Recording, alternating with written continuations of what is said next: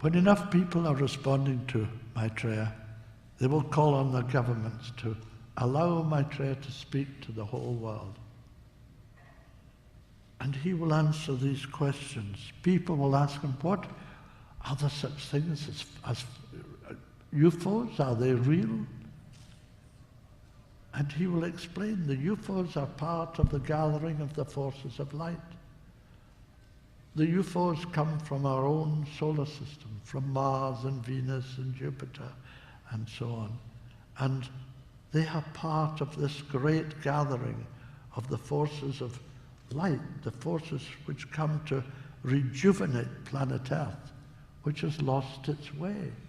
We have been in the wilderness, in a bleak, bleak way in which commercialization has raised its ugly head and created the atom bomb and created a life which is where commercialization has, as the masters put it, humanity by the throat, and is squeezing out of humanity every semblance of human feeling and right relationship. We mustn't let it go any further than it has gone.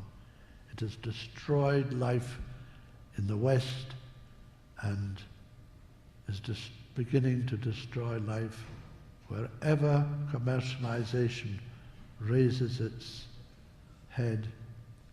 Life, the best of life, has to take a step backward. From now on, this will not be the case.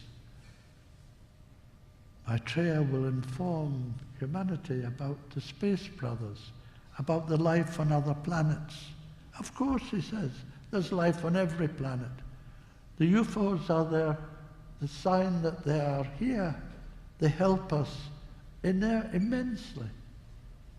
The beings of Mars and of Venus are our brothers, our sisters. They are on a spiritual mission to help humanity in the time of need, and it is a desperate need.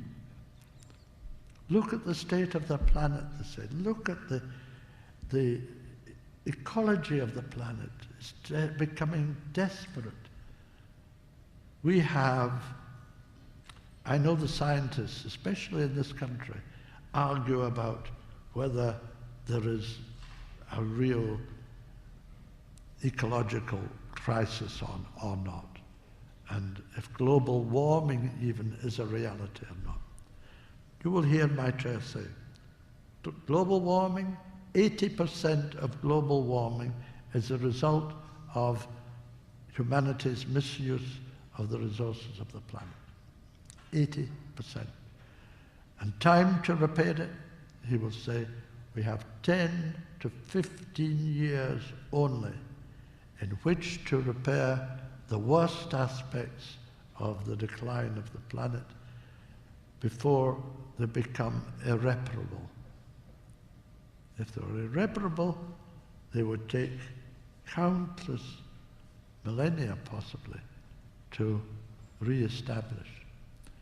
But the forces of light, which the space brothers are, and the forces of light, which our own spiritual hierarchy are, work together and have always worked together. Throughout history, they have worked together.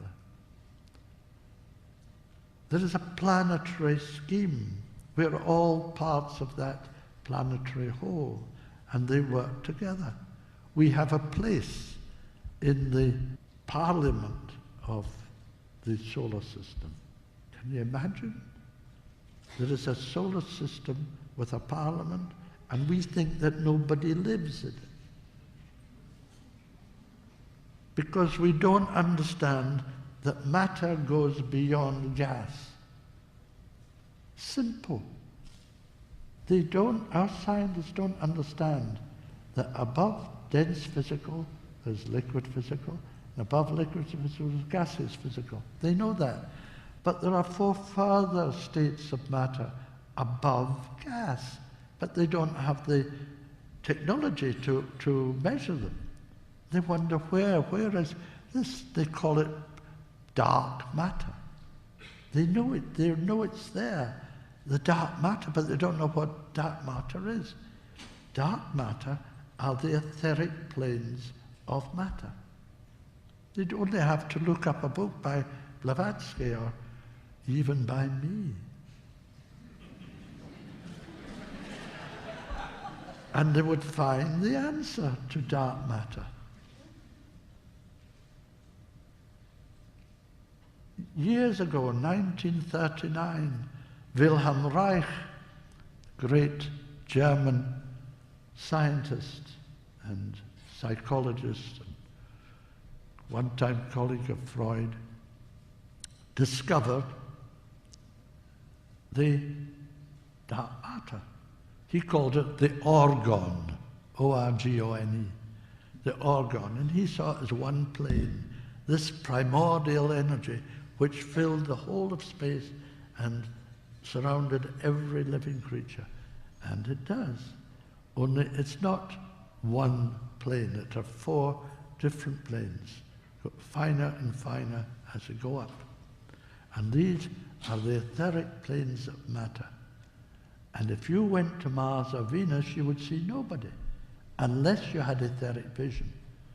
But the people of Mars and Venus and the other planets are in the etheric planes of matter. If you have etheric vision, you would see them. In Mars they're small because there's so many people on Mars.